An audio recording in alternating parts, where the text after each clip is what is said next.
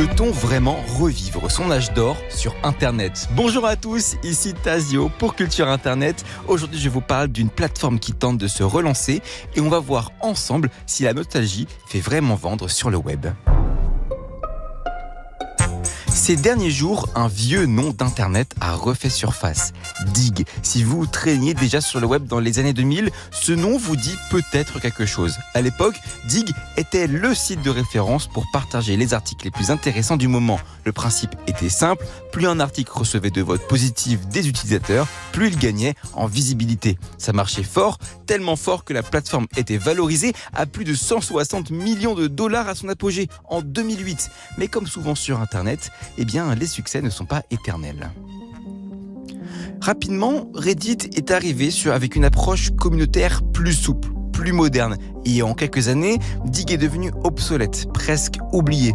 Aujourd'hui pourtant, la marque tente une improbable renaissance. Son fondateur, Kevin Rose, s'est allié avec Alexis Ohanian, le cofondateur de Reddit, pour relancer le projet. Le nouveau Digg promet de révolutionner la plateforme grâce à la fameuse intelligence artificielle et de ramener aussi un peu d'humain dans le web actuel, souvent jugé toxique ou impersonnel. Un peu paradoxal si vous voulez mon avis. Mais soyons honnêtes, est-ce que tout cela n'est pas surtout une jolie opération nostalgie maquillée avec bonne dose d'IA et de marketing ?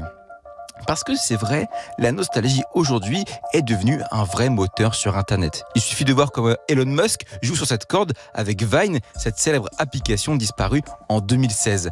Vine permettait à ses utilisateurs de créer de courtes vidéos de quelques secondes seulement et elle avait clairement ouvert la voie à TikTok avant l'heure. Régulièrement, Musk laisse entendre qu'il aimerait relancer Vine, précisément parce qu'il sait à quel point ce nom évoque une époque considérée par certains comme plus créative, plus drôle et surtout moins oppressante que TikTok aujourd'hui. En jouant la carte de la nostalgie, il espère séduire une génération entière qui garde une affection sincère pour cette plateforme culte. Mais il faut être clair, ce genre d'initiative est toujours un pari risqué. Car au fond, la nostalgie ne garantit jamais que les utilisateurs reviendront pour de bon.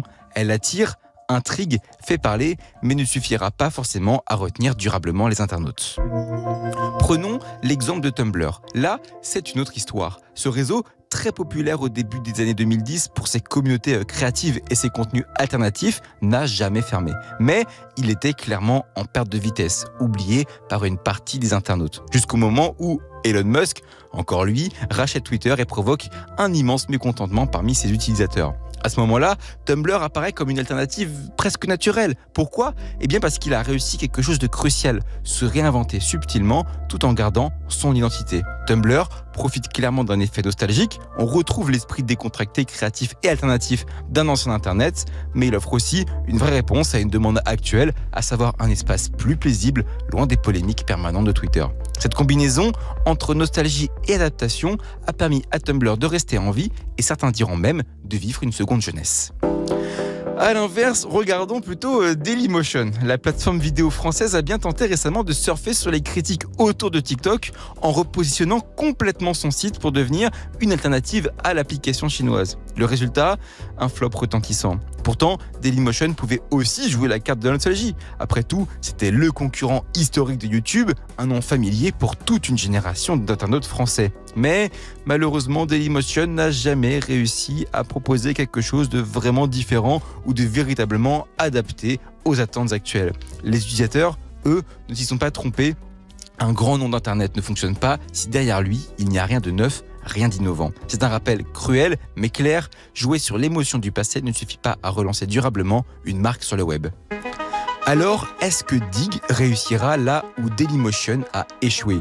Ou est-ce que son retour sera un pétard mouillé à l'image des annonces de relance de Vine par Elon Musk qui ne débouchent finalement sur rien de concret ? En réalité, tout dépendra d'une chose, la capacité de Digg à dépasser le simple clin d'œil nostalgique. Internet adore se souvenir, c'est vrai, mais ce qu'il préfère, c'est découvrir, expérimenter, trouver de nouvelles expériences adaptées à ses besoins d'aujourd'hui.